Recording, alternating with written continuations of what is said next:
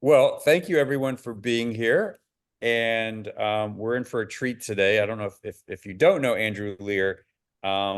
He's I think a world leader on giving tours and history tours related to LGBTQ tourism or LGBT communities.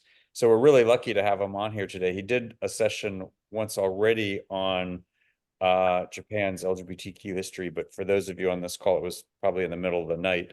So this one's probably easier for Europe and the Americas. But with our convention going to Japan in October 22nd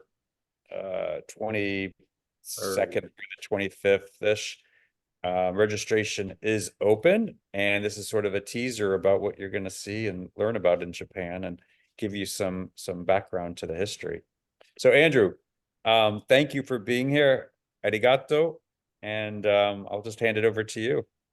All right. Well, thank you very much, John. And thanks, Tatiana and Clark, even though we can't hear you, for setting this up, and the IGLTA, as always. Today I'm just going to give you a quick taste of Japan's LGBTQ plus history, of which it has a lot. Now, you might say that there's probably a fair amount of LGBTQ plus history anywhere. That's probably true, but there are a lot of places where there are only a few places where LGBTQ plus desire, relationships, etc., were looked on positively by the culture and therefore appear a lot in cultural production, literature, art, etc. And Japan is very much one of those places. And of course, that's Japan's long, rich LGBTQ plus history and culture, probably that led ultimately to the IGLTA meeting there in October this year. And then we will also, in coordination with Out Asia, I'll be giving a tour about LGBTQ plus history and culture in Japan right after the convention. So there's the convention, then the day after the convention is Osaka Pride. And then that evening, our tour will start and go for, I can't remember right now, maybe 9 days. I've given you a couple of images of guys smooching from different eras of Japanese history. So let me just say that on the whole, when we talk about LGBTQ plus history, we tend to talk an awful lot about the United States. And if we're not talking about the United States, we're talking about France, England, or Germany. And really outside of that, ancient Greece and Rome get a certain amount of attention, and really just about nothing else. And that's actually unfortunate because there is a lot of LGBTQ plus history and art and literature, culture of various kinds connected to it in Asia. I'm starting with a slide not about Japan, but about a couple of other Asian cultures. India, in particular, has long had an acknowledged third sex. This third sex occurs already in the Indian epics, the Mahabharata and the Ramayana, so it's very ancient in Indian culture. And unlike some traditions, like ancient Greece, when we talk about the LGBTQ plus history of ancient Greece, we're just talking about the past. Hijras still exist in India today. And here's a picture of some of them. This is actually from Bangladesh, this picture. China also has a fair amount of LGBTQ plus history. That's going back fairly far in the past. But the number of the Chinese emperors had gay relationships, and in particular, even legendary emperors like the Yellow Emperor. These are the kind of legendary founders, in effect, of China. But one particularly famous one is Emperor Ai Han. The Han are a dynasty, and Ai was one of the emperors just about the time of Jesus Christ. He, or legend about him in any case, gave a name that is used in Chinese culture, also well known in Japanese, to gay male relationships, which are called the love of the cut sleeve. And that's because, supposedly, this is one of these, romantic stories, you never know if it really happened. Once when Ai Han was sleeping or snuggling with his boyfriend, who's a guy named Dong Jian, Dong was still asleep and I had to go to some kind of meeting. And so he had his servants, and he didn't want to disturb the sleeping Dong, so he had his the servants cut his silk sleeve off to leave him sleeping. And I have to say, in the picture here, Dong Jian is depicted as if he were 5 years old. But in fact, that is not the case. He was maybe a couple of years younger than the emperor, and he was a famous general and court official who was then put to death by the next emperor. So that story does not end very cheerfully. But probably of all of the places in Asia, the one which has the most literature, art, and it's not only, when I say literature, I don't only mean literature of an artistic kind, literature, medical literature, legal literature, etc., about same-sex relations and also what we would call gender issues of some kind, is Japan. There are a number of different words for this, and I'm going to focus somewhat on gay male relationships, but there'll be a little bit of stuff about other things will come in as well.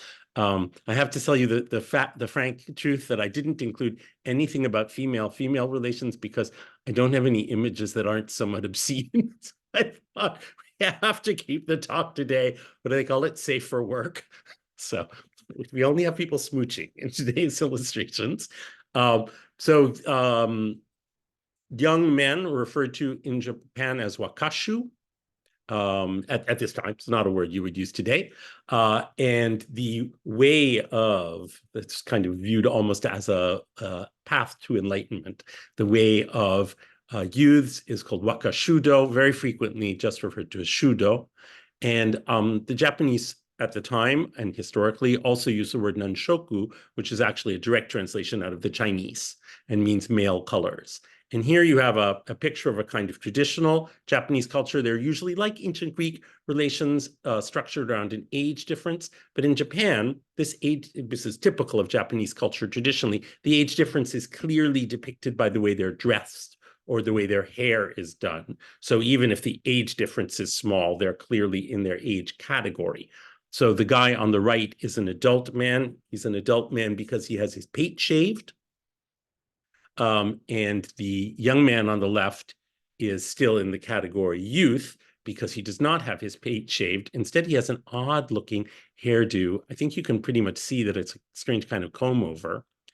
And this is because at a certain point, boys started to shave their pate, but not their forelocks. And so they would grow their forelocks very long and comb them back over their pate. And there's also different kinds of sleeve that people are supposed to wear. It's all very clearly regulated and depicts people as in certain age categories. So this kind of relationship starts in Japan. It has a religious past. It is supposedly imported in Japan already in the 9th century AD. So in our Middle Ages, by a Buddhist monk called Kukai, very frequently referred to now as Kobodaishi. Kukai is the founder of one of the principal Japanese kinds of Buddhism, which is Shingon Buddhism.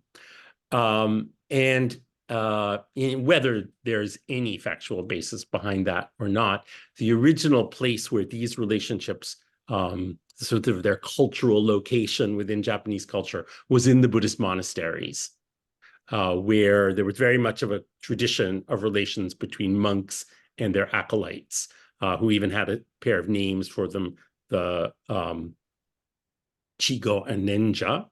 And this is one of the things you can visit if you're in Osaka, and particularly if you come on our LGBTQ plus history tour of Japan.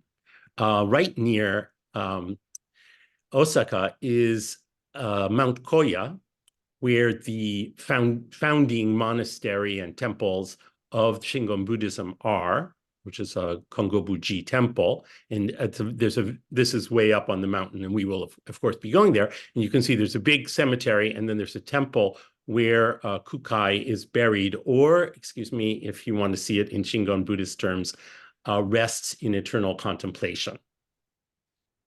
And you can see monks bringing offerings to Kukai. So in the Middle Ages, the Buddhist monasteries were, of course, the central cultural institutions of Japan, along with the court. And so what we would call the upper class, which are samurai, the sort of the warrior class, send their sons to be educated in Buddhist monasteries, or younger sons will go into a Buddhist monastery. So very much like the relationship between feudal nobles and the church in Europe. And so this tradition of age-stratified gay relationships spreads out from Buddhist monasteries into the samurai world. And just giving you as a great example, Oda Nobunaga is one of the three great unifiers of Japan, because Japan's kind of fell apart into many warring states at a certain point, and that was put back together in the 16th century. Oda had a lover named Moriranmaru, sorry, let's put the emphasis where it ought to be, who was a young man in his army. And I'll give you a nice and a very dramatic story about Oda and Mori. Takes place at a temple in Kyoto, which we will also visit on our tour, the Honnoji temple. So this is such a classic story of this kind. They're not, they're extremely romantic, but also very bloody and martial. So Oda was on his way, making some kind of trip through Japan, and had stopped at the Honnoji temple, where he presumably was safe, right? And was participating in a tea ceremony, which you can also do during our tour, not at the Honnoji temple. But one of his generals betrayed him and sent an army to kill him at the Honnoji temple. So this is how they reacted. Mori defended the temple with the whatever followers they had with them, in order that Oda could commit seppuku, which is the ancient Japanese way of committing suicide by cutting your gut open. And I'm sure you've seen many examples of in cartoons, in any case, pretty grim. But of course, he had to do this because he was being dishonored. And then, well, the story goes in various different directions according to who you believe. But I think the most credible one is that Mori then lit the entire temple on fire and committed suicide along with all his troops in order to prevent the enemy from getting Oda's body. So yes, it's what did the first time I told a group of people about this, I ended it by just saying, if that's not love, what is? So, I think you have to take it in that light. This is meant as, if you read the Iliad, Achilles at some point says, if only all the other Greeks would die and Patroclus and I could take Troy alone. It's like, it's the same kind of insane. And then when Patroclus is killed, Achilles has to die on the battlefield, right? He goes out and gets himself killed. It's the same, I don't know. I think it's not our value system today. All right. So through the 16th century, this kind of relationship is very typical of what we will call the upper classes and the educational establishment. But then in the 17th century, with the foundation or the vast expansion of Japan's cities as commercial centers, what always happens? The middle class, the new middle class, which existed in Japan at this time, a commercial middle class, want to behave like the fancy people. So there's this vast culture, first of all, a huge culture of erotic goings on in the Japanese cities, the biggest of which are, just like today, Osaka, Kyoto, and called Edo, but now today we call it Tokyo. And each of these three cities had a pleasure quarter that is a separate area. It's kind of like erotic Disneyland, outside the walls of the city, where you could go. You would have to leave the city wall and go through another wall. And there would be all kinds of things there. There were cherry blossom festivals, there were fireworks, there were dance spectacles. So it's very, very Disney-like in a way. But the whole place is dotted with tea houses. And you, the customer, go to a tea house to be entertained. And you can be entertained by many different kinds of people. They can be male or female, and they can also provide entertainment that includes sex or entertainment that doesn't include sex. And by the way, there can also be female customers. We're not ancient Greece here. There's more, the women have a lot more status and more freedom. But this, one of the main features, this is not LGBTQ, but should be mentioned anyway, is this kind of very elegant, well, first of all, about geishas, right? So geishas are what's in your mind from this world. But geishas in theory, in any case, do not have sex with their customers. They entertain, they play different instruments, they engage in conversation, they do all the things you do as an entertainer, but they're not supposed to be sexually available. Then there are also prostitutes, of course. And then there are also these very fancy ladies, a little like Gigi or La Traviata, who are available to the very elite for glorious gifts. And whether they have sex with them or not is not really supposed to be mentioned, but probably they do. And these women are called oiran, and they're a huge theme in Japanese art.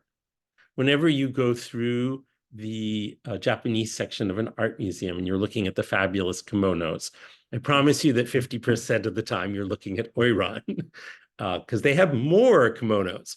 And this is a great example. The oiran would make their afternoon stroll down the main street of the Yoshiwara, which was the pleasure quarter of Edo, today's Tokyo. And this is one of them.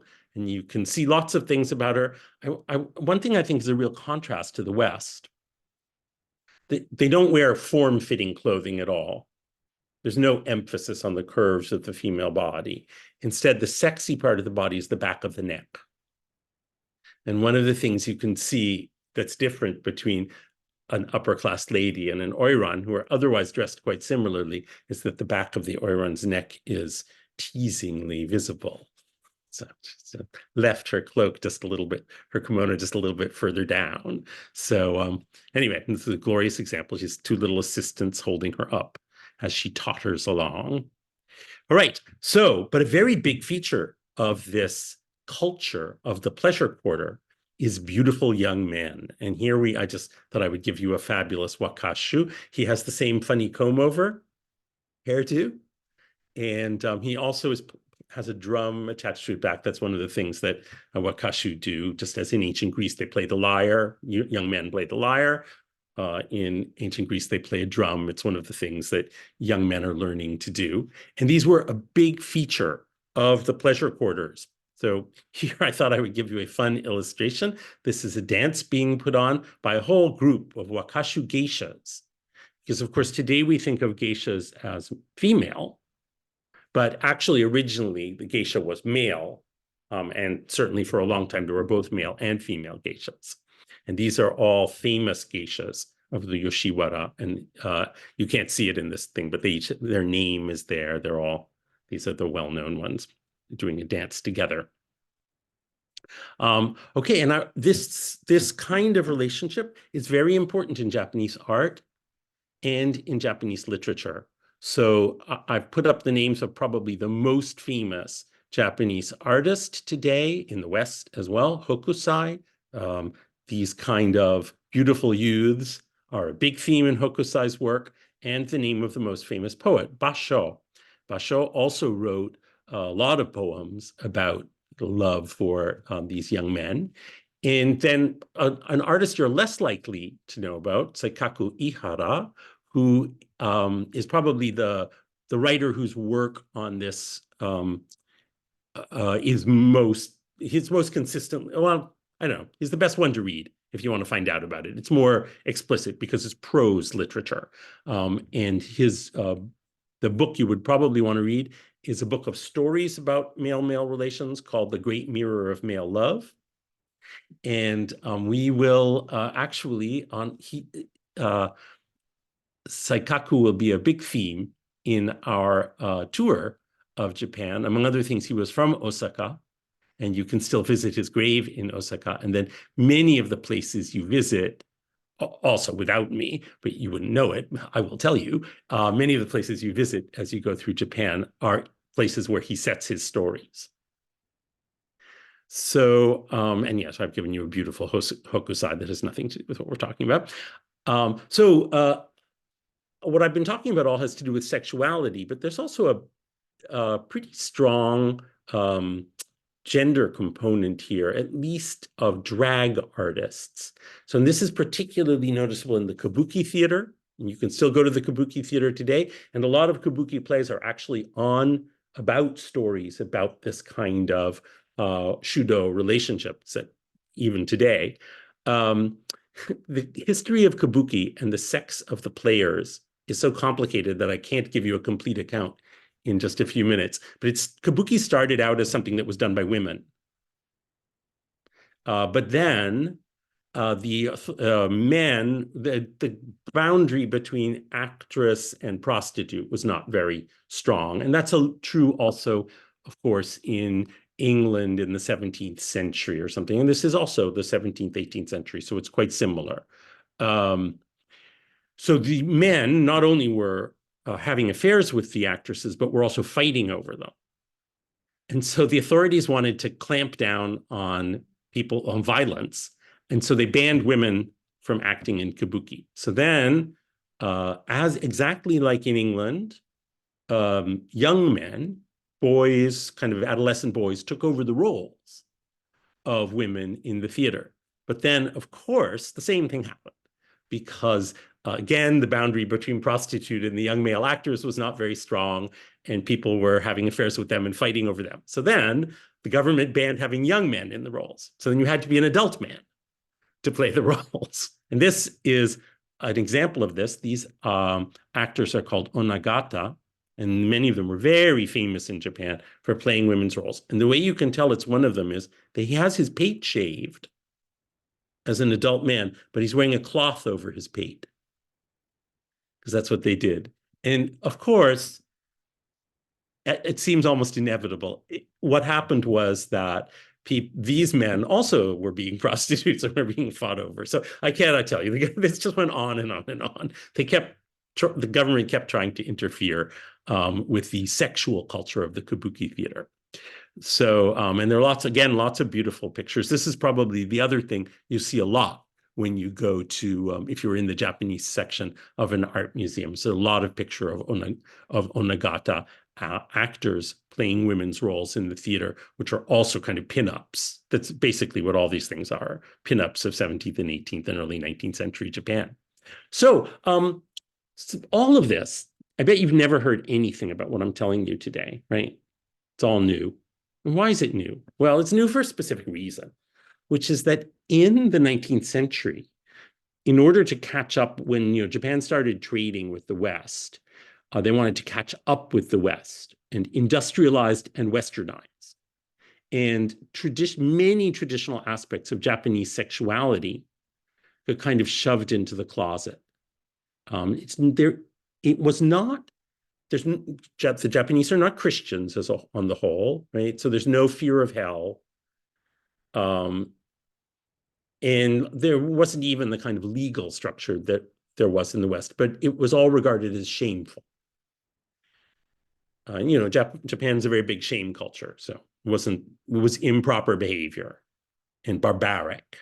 And this was true not only of these things, but something else we'll see on my tour, because I really wanted to include it. Japan traditionally had phallic cult.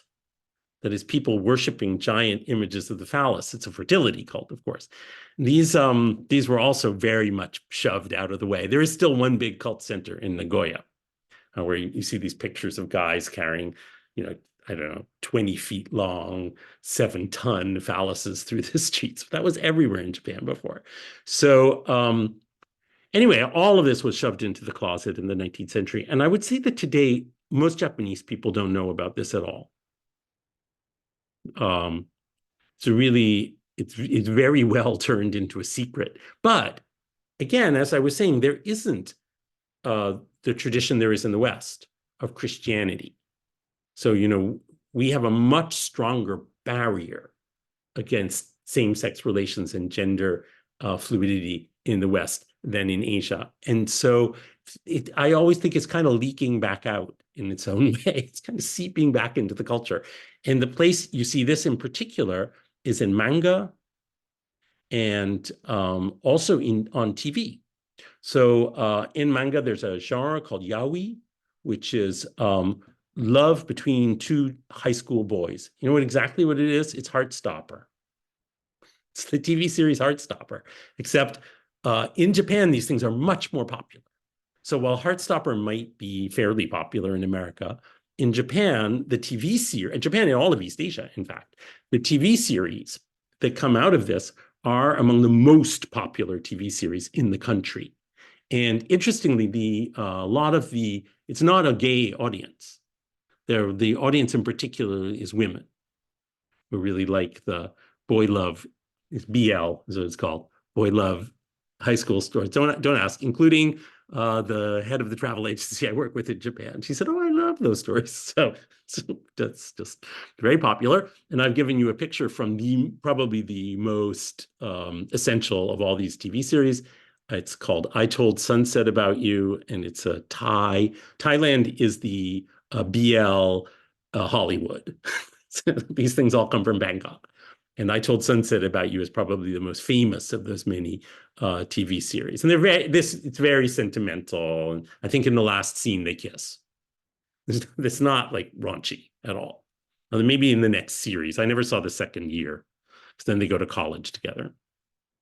And all of this, of course, influences the fact that Japan has while it's very under the radar, there's a very big gay culture, and with a lot, among other things, of gay bars. So if you go to Tokyo, you will certainly want to go to the Shinjuku, which is Tokyo's kind of raciest section today, like the Yoshiwara in the 17th century, and to the Nichome, and often called Nicho, the gay area of Tokyo, where there are, it's of course impossible to count, but probably 300 gay bars today. Now, these bars are different from Western bars. They're small, and you might almost call some of them clubs. They have, like, it's not exactly that they have members, but they're not necessarily all that welcoming to people coming in they don't know. And they have all kinds of little specialties and things. But there are ones, of course, that are welcoming to people from outside who come. And it's a good thing to do is go to the Nichome with someone who knows to take you to places where, sort of more like a Western gay disco. So anyway, that's just a very quick taste of Japan's LGBTQ plus history. And I hope you will, of course, come to Osaka to the IGLTA convention, which should be, come on, you all know, the IGLTA convention is the best convention, right? I've been to many other conventions. Only the IGLTA is fun. And I'm sure the Japanese one will be fabulous. And afterwards, please stay and come on our LGBTQ plus history tour. We do still have some room on it. There's a bunch of people signed up already, but we certainly take some more people. And also, by the way, if you check out Oscar Wilde Tours and look at our LGBTQ plus history tours in general, this year we're also doing Italy and Germany, though Italy is actually sold out already, which is crazy. I've never sold out a tour 6 months in advance before. But the Germany tour is lots and lots of fun. I saw one person who's watching today who went on it last time, could testify that it's a great tour. And then possibly our very first river cruise, which will include walking tours in Paris and lectures all about LGBTQ plus history. So if anyone has any questions for me about Japan's LGBTQ plus history, or for Tatiana or John about the convention, or Clark, I think maybe other people, we're here. Tatiana, we want to unmute people maybe? Yes, they should be able to unmute themselves, but they can also, in the chat, you can also raise your hand, or yeah, you can do whatever you want. I'll jump in. I have a question. Again, about in current Japanese culture, gay men and lesbians, do they separate their spaces, their cultural spaces, or their entertainment spaces like we do here, where there's gay bar, which are primarily men, and unfortunately fewer and fewer spaces for women? How do they handle that there? In my experience, that's definitely separate. But again, as I was saying, the gay bars in Japan tend to be even fine. There's the division into different groups is even finer grained. So there are like bars where people like this and bars where people like that. So it used to be a little truer in the US in the 70s or something. Now, as far as I can see, most gay bars in the US are just gay bars. There's not like a gay bar for guys who like Asians, a gay bar, which was more, at least in New York, a feature of the world 50 years ago.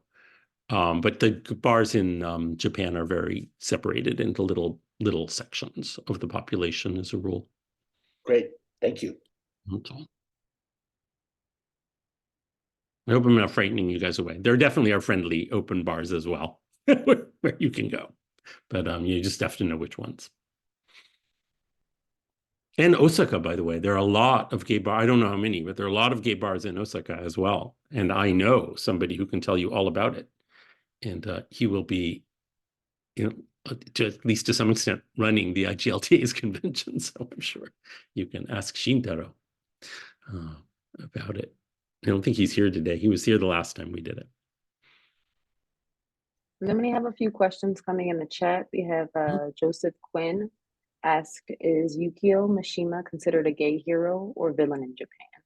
Oh, that's an interesting question. I think more a hero in that he's the most famous modern gay personality in Japanese history.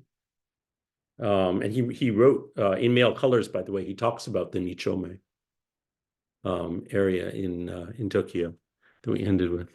So yeah, I mean, I certainly can see why you would think, he was right-wing, crazy person in his own way. And also, I have to say, there's some parts of Yukio Mishima's sex life I would prefer not to know about.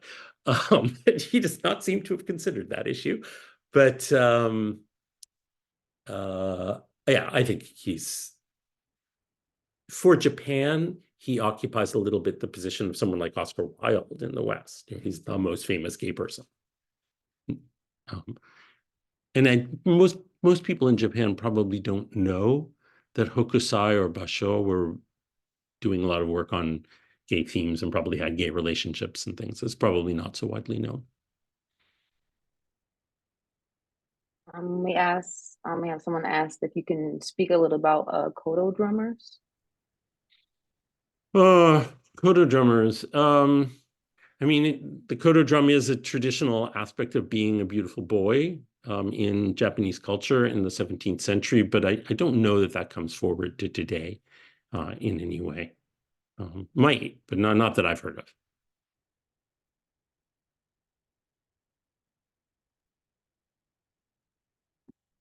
And then we have, I believe, Jaya Yurchia asked, can you tell me how you got into studying LGBTQ plus history?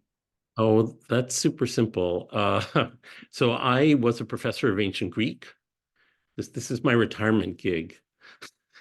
So, and in working on ancient Greek culture, same-sex relations, particularly male-male ones, but also, of course, with Sappho, female-female ones, are a very important theme in the culture, both in literature and in art.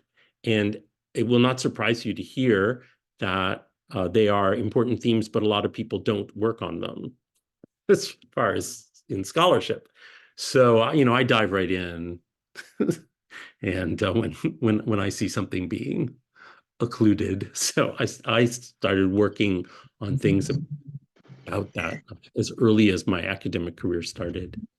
And I say also, you just keep running into it in Greek culture, and so you can tell that their view of sexuality and that the rules for sexuality in their culture, just as in Japan, were very different from ours.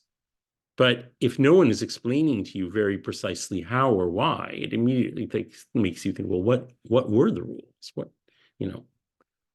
How did they see this? And then when I went to college is just when Dover's Greek Homosexuality came out. It's kind of the book that sprang the field into existence, but I wasn't aware of it.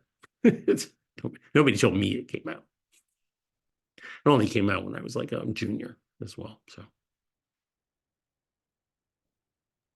We have another question from, well, thank you for answering that, Andrew. Another question from Patrick Corrigan. He says, wonderful talk about same-sex culture in Buddhist monasteries. Was that also true in other Asian cultures? For example, China. So, I mean, there are, obviously Buddhist monasteries, or I shouldn't say obviously, Buddhist monasteries are in East Asia, right? Because Buddhism kind of died out in India as a mass phenomenon. the supposedly Kukai brought nanshoku from the Chinese monasteries to Japan, the Japanese monastery. So there is originally supposed to be a tradition in China, but I don't have much evidence that there was later on.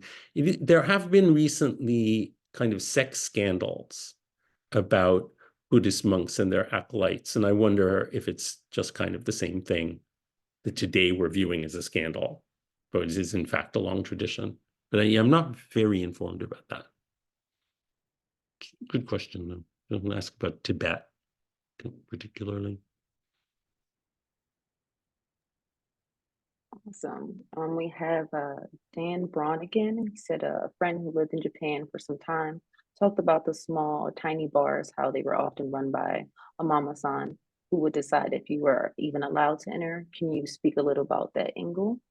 Yeah, that's very true. As I said, they're a little more club-like. And I don't mean like we say you go clubbing. I don't mean that kind of club. I mean a club like with a big sign that says, no X allowed. They're very clubby, and a lot of them, regular customers like have bottles there that they keep for themselves. Like you keep your whiskey bottle at your gay bar to drink on the weekend. And yeah, it's very much, there definitely is a question of whether you're allowed in. Are you interested in the right thing? And in some, they're not particularly friendly to non-Japanese people. People probably only speak Japanese, among other things, in the bar. So yeah, that's definitely a strong tradition. But there are, as I said, there are bars which are more open to the public as well. So, but yeah, that's definitely a strong tradition.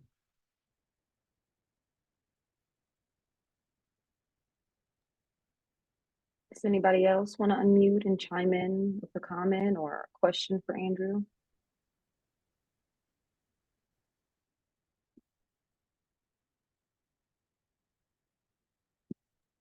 I'll unmute here.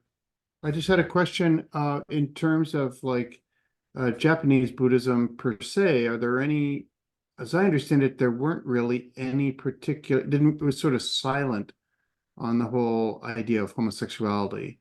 It didn't necessarily say it was right or wrong. Maybe you've already talked about that, but No, I didn't. No, you're right. Probably if there's a theoretical basis for homosexuality in Japanese Buddhism, it's because heterosexuality is bad, but homosexuality isn't mentioned or is neutral. kind of And just so, doesn't exist in their frame of reference. yeah, or it's just ignored, and so it becomes kind of like the lesser evil. Yeah, I know it's again very distant from our culture, but And the other yeah. question I had, and I don't know if you can speak to this or not, but this might sound inappropriate, but is there any, I've heard that it can be challenging as a non-Japanese person to go to Japanese bars, but also there's some interracial relationships are kind of frowned upon. Is that necessarily the case, or is that changing now? What's your experience there? So there are only some bars where foreigners would be welcomed and many bars where they wouldn't. I don't have much experience of interracial gay relationships or lesbian relationships being frowned on, but it is true that interracial relationships in general are a little frowned upon in Japan. So yeah, I don't really know. I mean, I haven't seen that in the gay or lesbian world in Japan, but that doesn't mean it doesn't exist. I think I'm pondering my own life experience and thinking that maybe the people I know in Japan are, international and cool and don't worry about me. It's I'm sure it's, possible.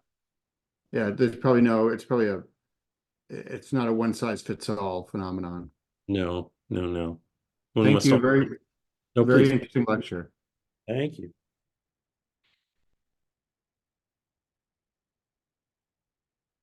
We good? All right, I hope we will see you all in Osaka in one form or another. Well, whatever form, at one time or another. But this October in Osaka.